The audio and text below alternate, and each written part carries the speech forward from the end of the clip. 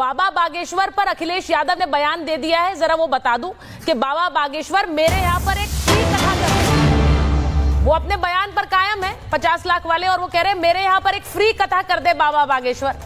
मैं यहां पर आजमगढ़ में आया हूं और उन्होंने कहा कि यहां पर ये जो घर है ये सारे कार्यकर्ताओं और पीडीए का घर है। बाबा बागेश्वर मेरे यहाँ एक फ्री कथा कर दे। मैं जरा सुनवा देती हूँ अखिलेश यादव क्या कह रहे हैं, फिर मैं जाती हूँ हर्षवर्धन जी के पास। सुनाइए।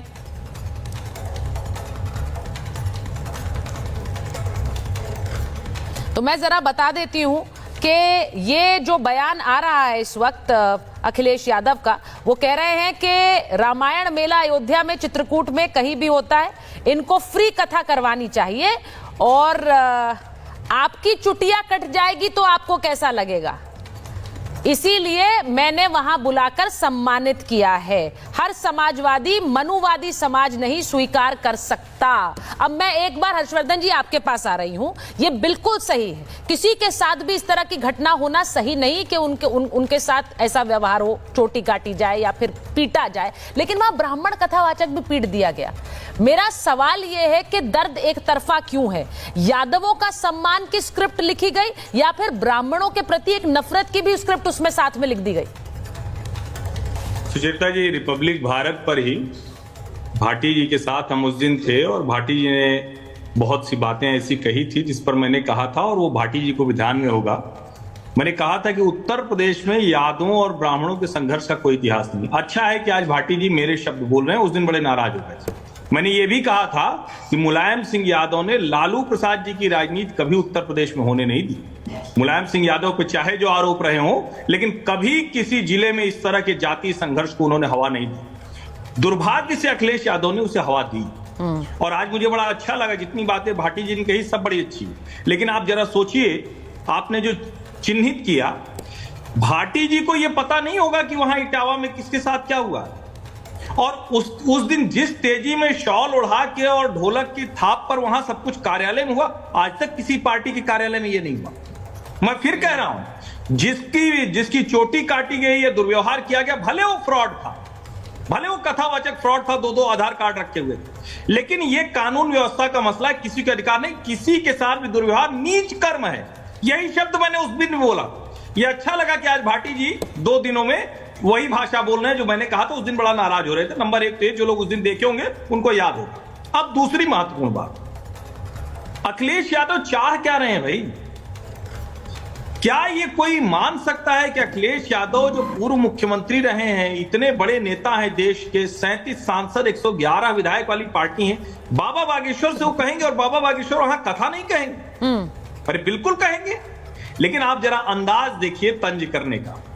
दरअसल ये जो सनातन को, उस दिन भी भाटी जी कह रहे थे कि अच्छा आप टिप्पणी करें तो कोई बात नहीं क्योंकि आपके नाम के आगे त्रिपाठी लगा हुआ है। ये जो जातीय पहचान से सब कुछ जोड़कर हो रहा है, और मैं तो देखिए, मैं तो बचपन से आज तक हमने नहीं देखा कि कहीं भी कोई ऐसा यादव ब्राह्मण संघर्ष हो गया हो, या कहीं मुझे याद ही नहीं।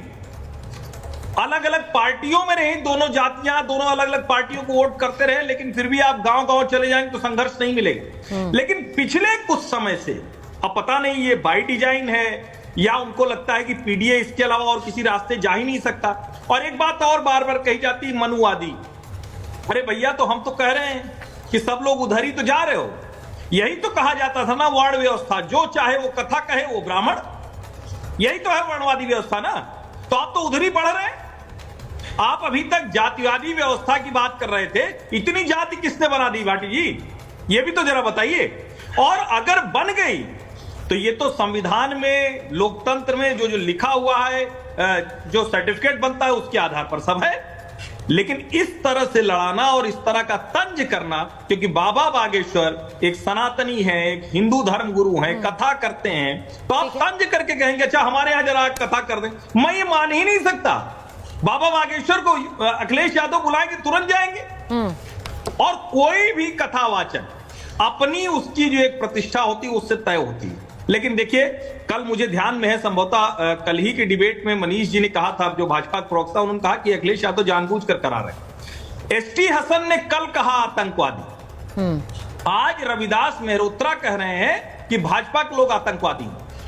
क्या ये कोई भी कहे, और मैं तो कहूंगा कोई समाजवादी पार्टी को भी कहे कि आतंकवादी तो गलत है, लेकिन इस तरह की बातें जब होती है, जाति के नाम पर हमला, जाति के नाम पर संघर्ष, और जो मुजफ्फरनगर के उस ढाबे का सच सामने आया, उसके बाद तो खुल के बोलिए भाई।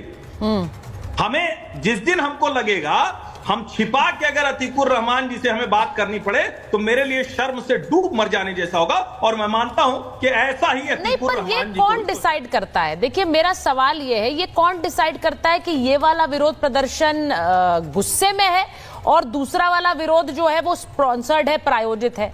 ये कैसे पता चलता है? अब मैं मलूक जी आपसे पूछ रही हूँ, समाजवादी पार्टी कह रही है, आप भाटी जी यहाँ बैठे हुए वो कह रहे हैं, मैं आ रही हूँ भाटी जी, जरा एक बार मलूक जी के पास चली जाऊँ।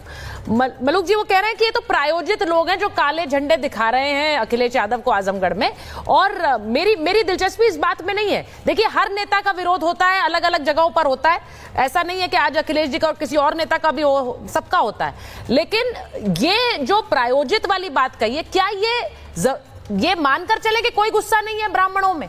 या फिर जैसे मैंने खबर चलाई, बिहार में एक गांव में ब्राह्मणों को बैन कर दिया, यहाँ पूजा नहीं करेंगे, वहीं दूसरी तरफ ब्राह्मण कथावाचक की पिटाई कर दी गई, और ये यादव समुदाय द्वारा हुई। तो समाज में गुस्सा तो इससे बढ़ ही रहा है, इसको शांत कौन करेगा? सब बढ़ावा ही देंगे। ये समझना पड़ेगा आने वाले चुनाव, राजनीतिक परिप्रेक्ष्य। ये 17वीं लोकसभा में माननीय प्रधानमंत्री कहते थे मैंने इतने पिछड़े और इतने दलित मंत्री बनाए, और इन लोगों को लगा, कांग्रेस को खास करके, कि हमारी जमीन खिसक गई और पिछड़े और दलित पूरी तरीके से चुपके हैं एनडीए से या बीजेपी से। तो इसमें डर करके इन्होंने, राहुल गांधी जी ने खास करके जाति जनगणना की बात, और ये कि जब मैं छोटा था प्रधानमंत्री कार्यालय जाता था, मेरी दादी प्रधानमंत्री थी, मेरे पिताजी प्रधानमंत्री थे, मनमोहन सिंह प्रधानमंत्री थे, तो पिछड़े और दलितों के साथ न्याय नहीं हुआ। वहां से शुरुआत हो रही है इस चीज की। तो अब अगर जातीय जनगणना की बात है, वो माननीय प्रधानमंत्री जी ने डिक्लेयर कर दी, सरकार ने डिक्लेयर करी, इन्हें लगा फिर गड़बड़ है। तो क्या असलियत में ये है, इस लड़ाई को लड़ने से या इसको बढ़ावा देने से पहले ये समझना पड़ेगा, सो कॉल्ड इंडिया गठबंधन की सबसे बड़ी पार्टी कांग्रेस जो खुद एडमिट कर चुकी है, तो क्या इंडिया गठबंधन के दूसरे लोग कांग्रेस से ये कहेंगे कि पूरे देश में रैलियां कर करके पहले कांग्रेस माफी मांगे कि हमने पिछड़ों के और दलितों के साथ अन्याय करा है? खुद राहुल गांधी जी कहते हैं 60 साल शोषण हुआ, उनकी वोट ले ली, उन्हें कुछ दिया नहीं, और उसी वजह से शायद वो नाम रखा गया जो नकली, कहीं ना कहीं इसमें कांग्रेस गुनाहगार है। या तो ये कांग्रेस से पूरे देश में रैलियां कर करके माफी मंगवाए, या फिर कांग्रेस से कहें कि भाई हम तुम्हारे साथ नहीं है, तुम अलग जाओ हमसे। रहेंगे भी कांग्रेस के साथ। कांग्रेस ने शोषण भी करा, कांग्रेस ने पिछड़ों की वोट भी ली, कांग्रेस ने दलितों की वोट भी ली, खुद राहुल गांधी जी एडमिट कर चुके हैं।